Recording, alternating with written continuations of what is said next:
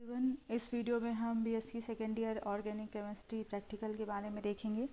तो ये है एक्सपेरिमेंट नंबर 3 और आपका जो भी एक्सपेरिमेंट नंबर होगा वो आप इसमें डाल देंगे। इसके पहले मैं 2 और वीडियो डाल चुकी हूँ BSc second year organic chemistry practical के लिए। तो वो हमारा एक्सपेरिमेंट नंबर 1 और 2 था। तो ये हमारा एक्सपेरिमेंट नंबर 3 है।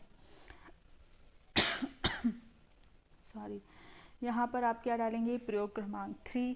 तो सबसे पहले आपको लिखना ऑब्जेक्ट या उद्देश्य। तो ऑब्जेक्ट आप लिखेंगे identify the given organic compound and right systematically. इसमें आपको एक ऑर्गेनिक कंपाउंड दिया जाएगा और आपको उसकी पहचान करके लिखना है कि वो कौन सा ऑर्गेनिक कंपाउंड है, दिया गया ऑर्गेनिक कंपाउंड क्या है।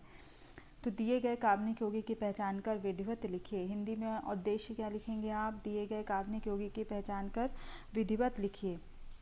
फिर आप आ जाएंगे, सबसे पहले आपको लिखना है प्राथमिक परीक्षण।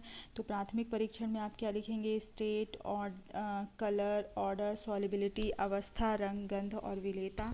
तो इसमें आपको अवस्था उसकी देख के लिख देनी है कि वो कैसा दिख रहा है, सॉलिड है, लिक्विड है, और सॉलिड में वो कैसा है, क्रिस्टलाइन है, पाउडर्ड है।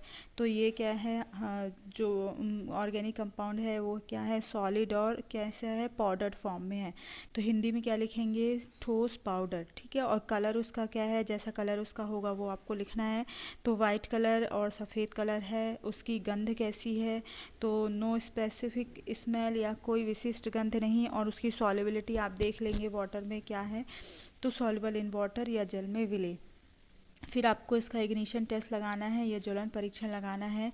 तो ज्वलन परीक्षण में मैं पिछले वीडियो में भी बता चुकी हूँ कि जो एरोमेटिक कंपाउंड हैं, जो एरोमेटिक यौगिक हैं, वो हमारे कैसे जलते हैं, ब्लैक स्मोकी फ्लेम या काले धुएं के साथ में जलते हैं। और जो एलिफेटिक यौगिक हैं वो हमारे नॉन स्मोकी फ्लेम या धुएं रहित ज्वाला के साथ में जलते हैं।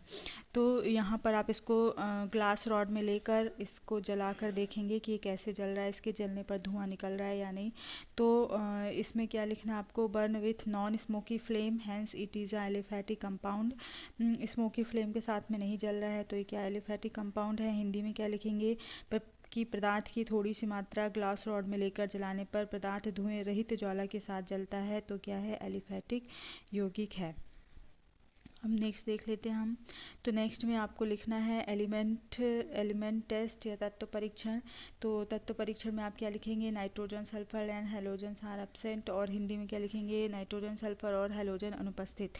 उसके बाद आपको क्या लिखना है, फंक्शनल ग्रुप टेस्ट या क्रियात्मक समूह परीक्षण। उसमें कौन सा क्रियात्मक समूह उपस्थित है। तो इसमें आपको सबसे पहले क्या लिखना है, एक्सपेरिमेंट, ऑब्जर्वेशन, इन्फरेंस, प्रयोग, अवलोकन और निष्कर्ष।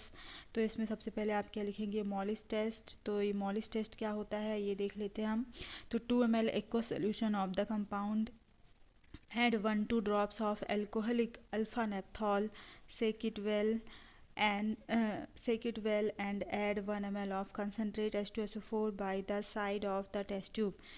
ठीक है, तो आप क्या करेंगे कि अपना जो कंपाउंड आपको मिला है वो आप टेस्ट ट्यूब में लेंगे। उसमें क्या करेंगे, 1-2 ड्रॉप एल्कोहलिक अल्फा नेप्थॉल की डालकर उसको अच्छे से सेक कर लेंगे। उसके बाद उसमें 1 ml concentrate H2SO4 test tube की साइड से डालेंगे। तो आपको वायलेट रिंग प्राप्त होगी। कहाँ पर प्राप्त होगी, जहाँ पर 2 junction of 2 layers, 2 liquid layers के बीच में आपको क्या मिलेगी, वायलेट रिंग प्राप्त होगी। Violet ring is formed at the junction of two layers. ठीक है, फिर कार्बोहाइड्रेट ग्रुप इज़ प्रेजेंट। तो इसमें आपको क्या पता चल जाएगा कि ये जो हमारा दिया गया कंपाउंड है वो कोई क्या है, कार्बोहाइड्रेट है।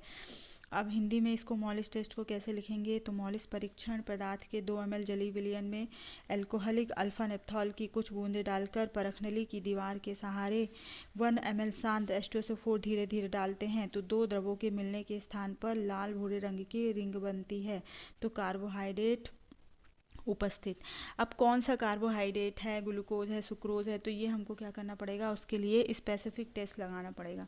तो स्पेसिफिक टेस्ट या विशिष्ट परीक्षण, तो इसको कैसे, विशिष्ट परीक्षण हम कैसे लगाएंगे, 2 ml of aqueous solution of compound, add 1 ml of filling solution and heat। तो क्या होगा, हमको क्या करना है कि कंपाउंड के 2 ml एक्व सोल्यूशन में क्या डाल देना है, फेलिंग विलियन मिला देना है। तो क्या होगा कि रेड कलर का पीपीटी आएगा, तो glucose is present.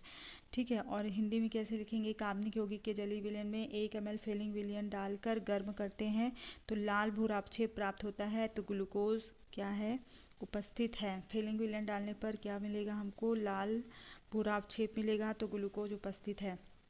Second test इसका क्या है, तो सेकेंड टेस्ट है 2 ml of aqueous solution of compound at 2 ml of Tollens reagent, place the test tube in water bath for 10 minute.